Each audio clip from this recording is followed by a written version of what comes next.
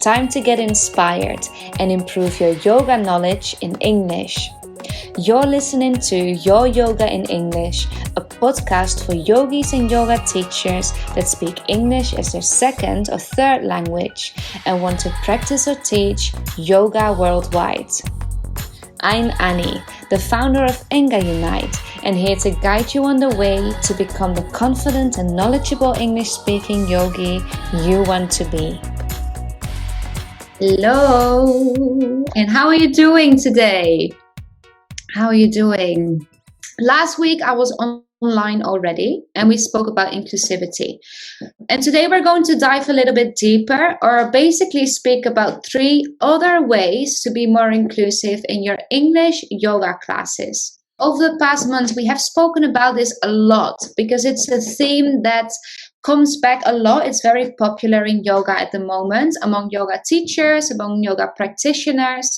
And it's just so much more that we can cover in only 2 chats about this topic. So we'll be revisiting time to time to dive more into it and create more awareness to educate ourselves, but also each other. So really, we're just scratching the surface. That's what I would like to say, which means that we're just in little bits of it. We're just putting out some thoughts and some ideas that you can think of. You can hopefully apply it to your own teaching skills and just have a think about it. See what it means to you and how you can use it in your own classes. I think it's important to start with saying that we all have our own perspectives. We all have our own cultures, we all have developed our own lifestyle, and we all create our own way of thinking, our beliefs, but also limiting beliefs. And we have our own way of thinking what is normal. We develop our own type of normal. But your normal is just one perspective, one experience of one person in a very big, very often complicated world. As a yoga teacher, we deal with many, many, many different people, many different perspectives, many different cultural backgrounds, and therefore many different experiences.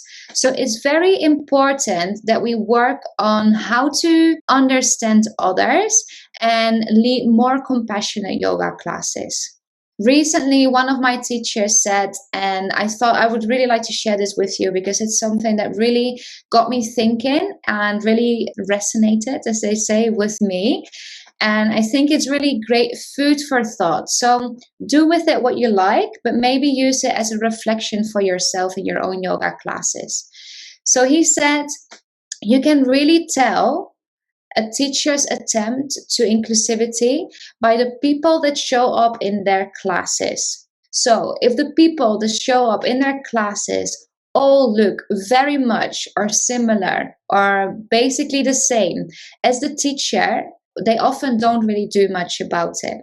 If there's all types of sizes, ages, colors, shapes, this could mean that the teacher really is making an effort to provide inclusive but also accessible yoga classes. There's always exceptions and there's always other ways because this is based on experiences, it's based on where you live, or what your local community is like, maybe who your friends are. But like I said, take this with you, just have a thought of it, about it, and let me know what you think. Let me know if you agree with this, if you completely disagree with this. We're all open to discussion here. We're going to speak about inclusivity and specifically 3 things. Last week, we spoke about inclusivity in terms of countries, languages, and religion. So we spoke about how to adapt your yoga classes to people that don't speak English as their first language. That's what we do here. We only work with people that don't speak English as their first language. And also how to adapt them to their cultural background and how that plays a role. If you missed this topic, if you missed the chat of last week, you can listen to it on our Spotify. So it's Your Yoga in English, and you will see a list of different episodes. It's the last one. Well, depending on when you listen to this. It's called Ways of Being Inclusive in Your English Yoga Classes. But you can also find it on Instagram TV, and you can find it on YouTube. YouTube, we are called Enga Unite, or Annie from Enga Unite. So it's everywhere. We're always posting everything everywhere to really help people from different backgrounds find the content, because not everyone is on Facebook, not everyone is on Instagram, and not everyone listens to podcasts. So trying to be everywhere. But today, so last week was about cultures, religion, and languages. Today we're speaking about health conditions, femininity, or identifying as a woman, and body idealism. So health conditions, femininity, or identifying as a woman, and body idealism. Let me know your thoughts. What is your experience with this? Do you have an experience with this? Or maybe if you're a yoga teacher, how does this play part in your classes? Are you taking these things into account? Are you aware of them? Of course, it's needless to say that we never stop learning. I don't have all the answers, and I consider myself an internal learner, an internal student. I might be teaching yoga, but I'm always a student.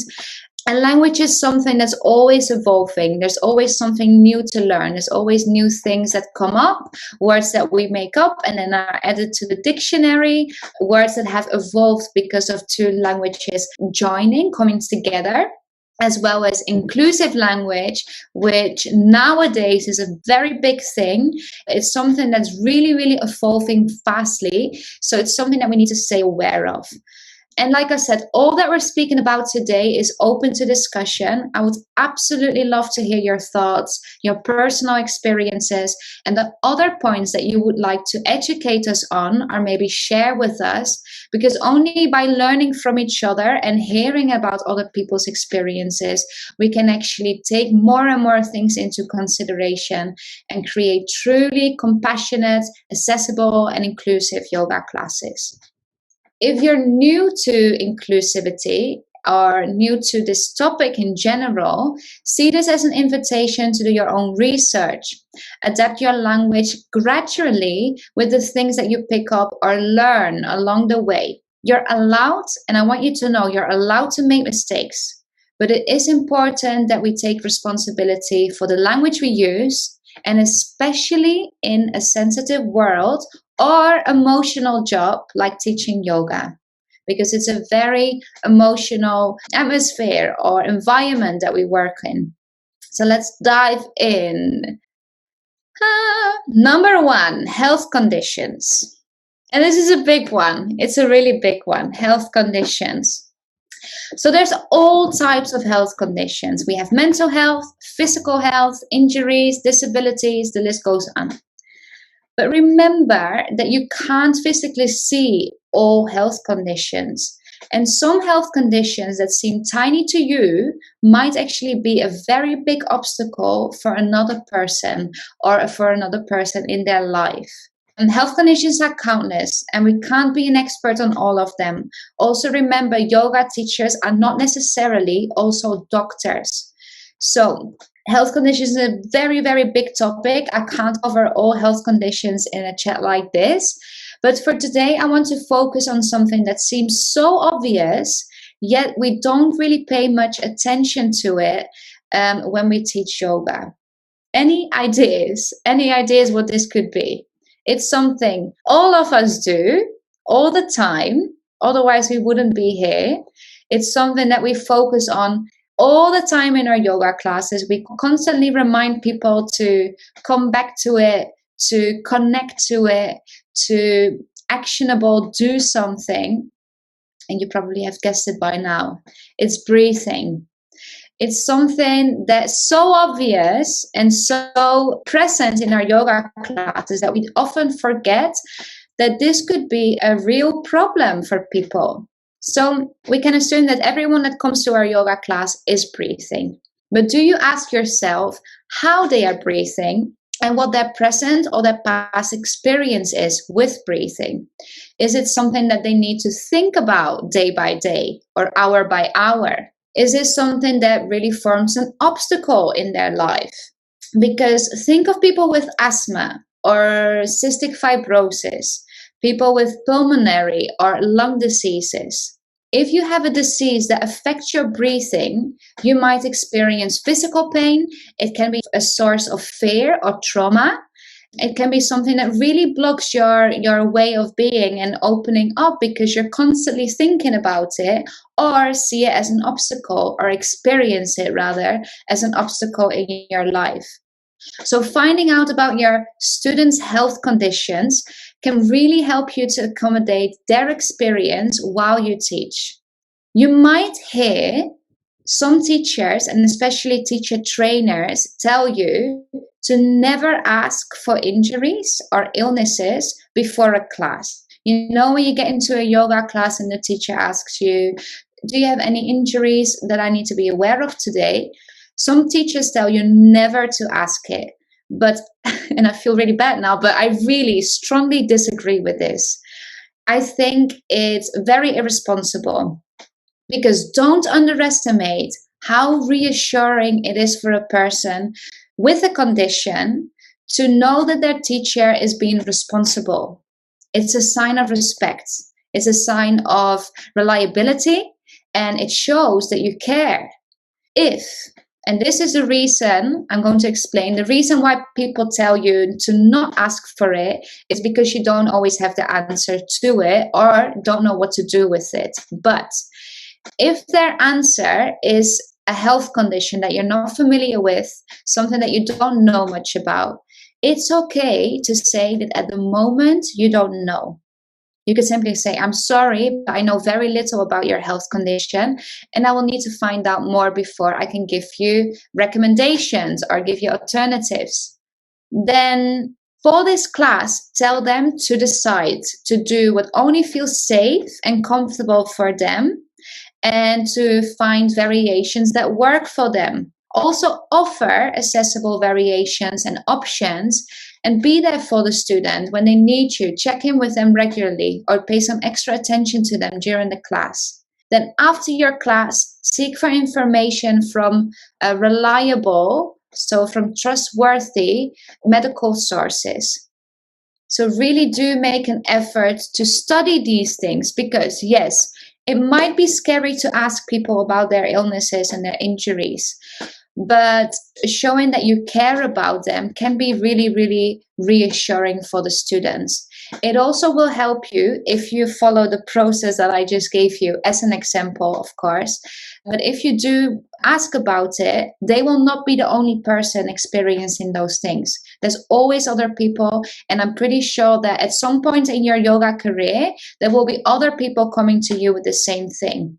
So it's a great way to educate yourself on the things that people experience, and next time know the answer or be able to give them an answer or a suggestion or a recommendation. It's only a way to learn. And like I said, it's completely fine to not know the answer, but take your responsibility to do your research after. Then you might have learned that yoga can help improve or even cure certain conditions. I strongly advise as well to not take this into your classes or force yoga on people because you think it will be helping them in any way. Remember that when the student is ready, they will come and they will find their teacher. Everyone is unique. Everyone has a different condition. Everyone has a different experience. Everyone is at different stages in their life.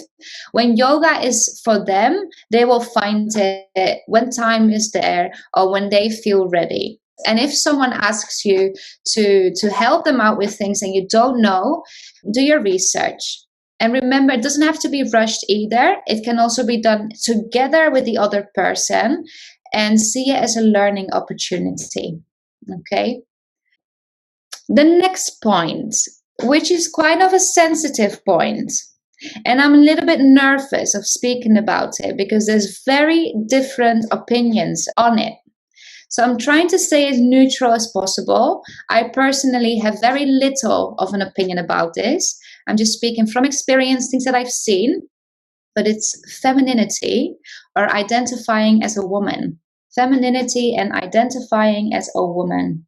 You will probably see a lot of classes and workshops that are themed something along the lines of female empowerment. And I do think female empowerment is amazing. I think it's amazing that we all want to work on our mindset and feeling great in our body, that we're happy with our body. But I do believe that doing this actually is a way to exclude some people, because in these things, we often refer to cycles, and it could simply be a lunar cycle or a seasonal cycle, but also a menstruation cycle. If you at some point in your yoga career refer to menstruation or female identity, be aware that these two things are not dependent on each other, that these two things don't always come together, because there are women who were born as a woman and experience periods. Women who are born as a woman don't experience periods. Women that were born as a male but do experience periods, and so on. So there's all different possibilities here. And by really hammering female or feminine or menstruation as a part of our identity, we are excluding people. And then aside from gender, for some people, menstruation is something that they really love, really enjoy, and they can't wait for this monthly party that they've got going on. For others, it's a real source of trauma. It's something that is really upsetting because they either don't feel that the functions belong to their body or belong to their personality. It could also be a source of trauma in terms of damaging experiences from certain health conditions. So, if you like to theme your classes something along the lines of female empowerment or celebrating femininity, revise your script. Who is this class for? Who is going to this class or this workshop or this whatever? And how could the instructions, the cues, the questions that I ask during this session be challenging or impossible or traumatic? And why could this be challenging, impossible, or traumatic? And how can I avoid that? Or how can I replace it? So be really, really mindful with the language you use and the assumptions you make and the things that you refer to based on your experience of normal or your experience of femininity. So then we speak about stereotypes. So some people really like their female or feminine characteristics like menstruation, but we also can speak about having curves or big breasts or long hair. And for some people, this is great. For some people, they don't like this at all. But these stereotypes ignore our diversity and represent us incorrectly. So when finding ways of including every physical body, everybody as a collective, but also every physical body in your English yoga classes, we again need to think of the words and the postures and the variations that are suitable for every body type. For example, a person would like to have curves, but not have them. Another person might have curves, but hates it. Someone else might have lost a feminine characteristics, such as their breasts due to surgery, or they lost their hair due to a type of treatment, or they lost a body part, any type of body part due to an accident. So in your yoga classes, my advice is here you don't need to know about your students' relationship with their body or their identity, with their feminine or masculine aspects. Because even if you ask, they will not give you the whole story, depending on your relationship, of course. But this is not something that you can share in your 3 minutes or 5 minutes before a yoga class. So you never really know what exactly is going on in the person's life or what has happened in the past or what's happening right now. But what you can do is to adapt your language and your content to a broader experience that allows your students to explore, accept, and care for their body in their own way. So really, really being aware of the language we use, using it as general as possible, making it applicable to many different experiences and backgrounds, mindsets, and types of trauma. I'm going to move on to the last point of today, which is body idealism. I'm going to start with a question. How often do you or have you looked in the mirror and see only the things or saw only the things that you didn't like, that you only focus on imperfection? How often have you looked in the mirror and you only see things that you didn't like or only looked at all your imperfections? Because I do. And I know that a lot of my friends do. A lot of my yogi colleagues do, and people do. So I'm sure I'm not alone, and you might be feeling the same. Because sadly, most of our beauty is not recognized because of our specific ideas of a desired body shape, a desired size, or a desired way of being from the outside. But the funny thing is that these perceptions or these ideas or ideals, better, they change. They change from person to person. They change from the country or the place that you live in. They change with age. So they're not real. These ideas of what we should look like and what we should be like are really unrealistic. So in your yoga classes, promote real beauty. Focus on the beauty of being a human being, regardless of shape or size or color or personality or identity. Focus on the beauty of loving yourself and others in all our own diversity.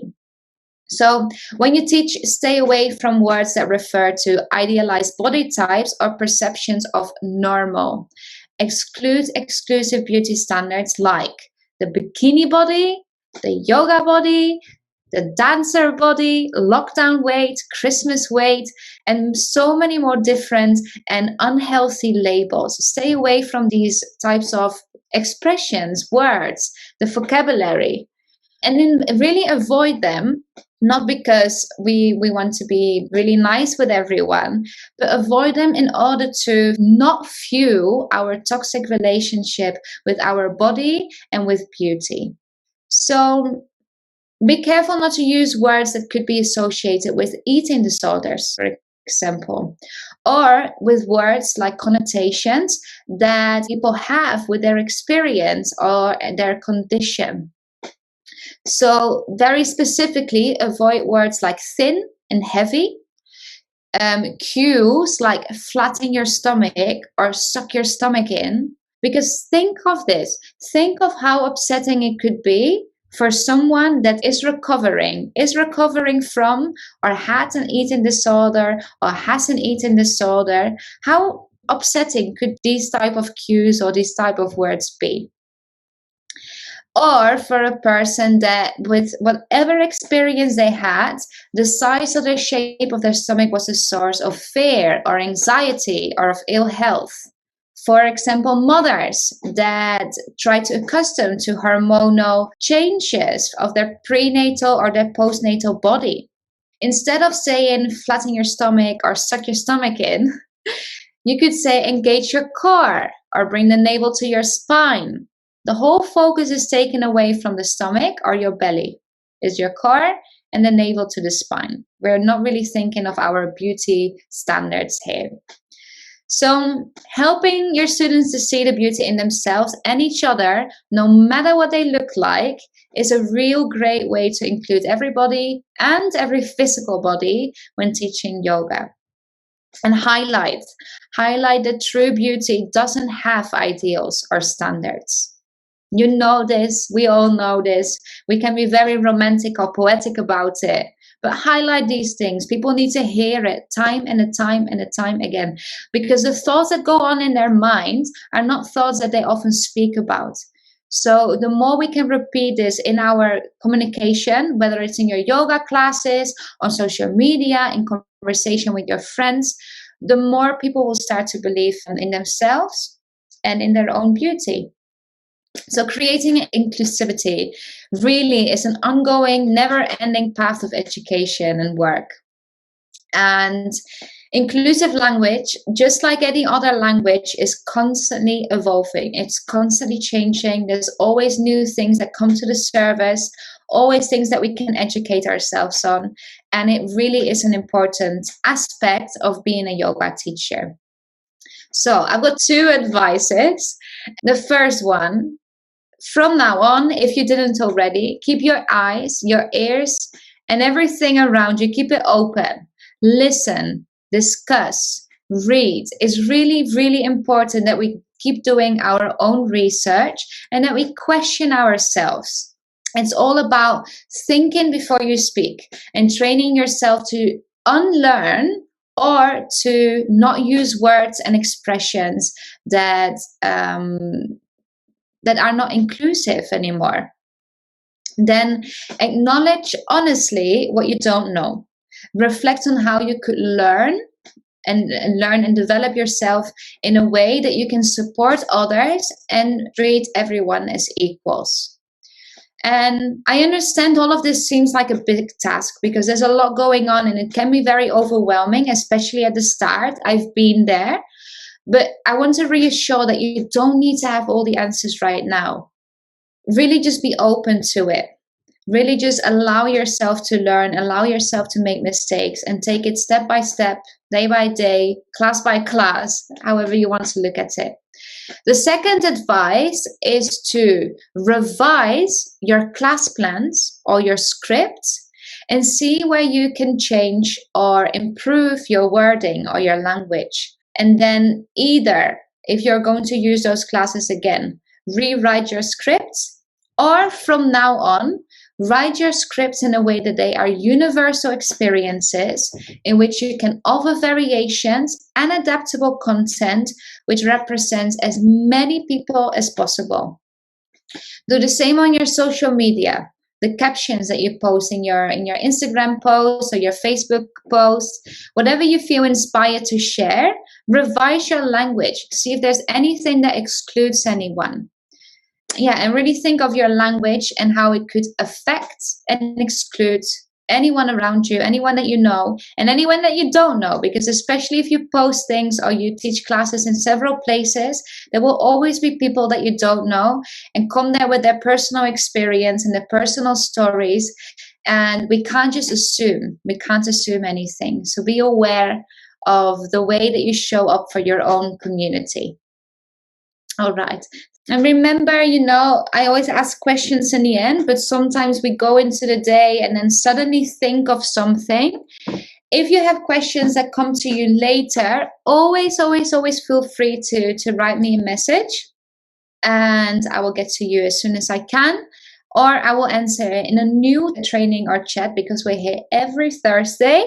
Have a look on our podcast as well. There's more trainings like this. Many different types. Have a look on the blog because there is more blogs with information about these topics that include worksheets as well. So maybe that could be a good way for you to learn.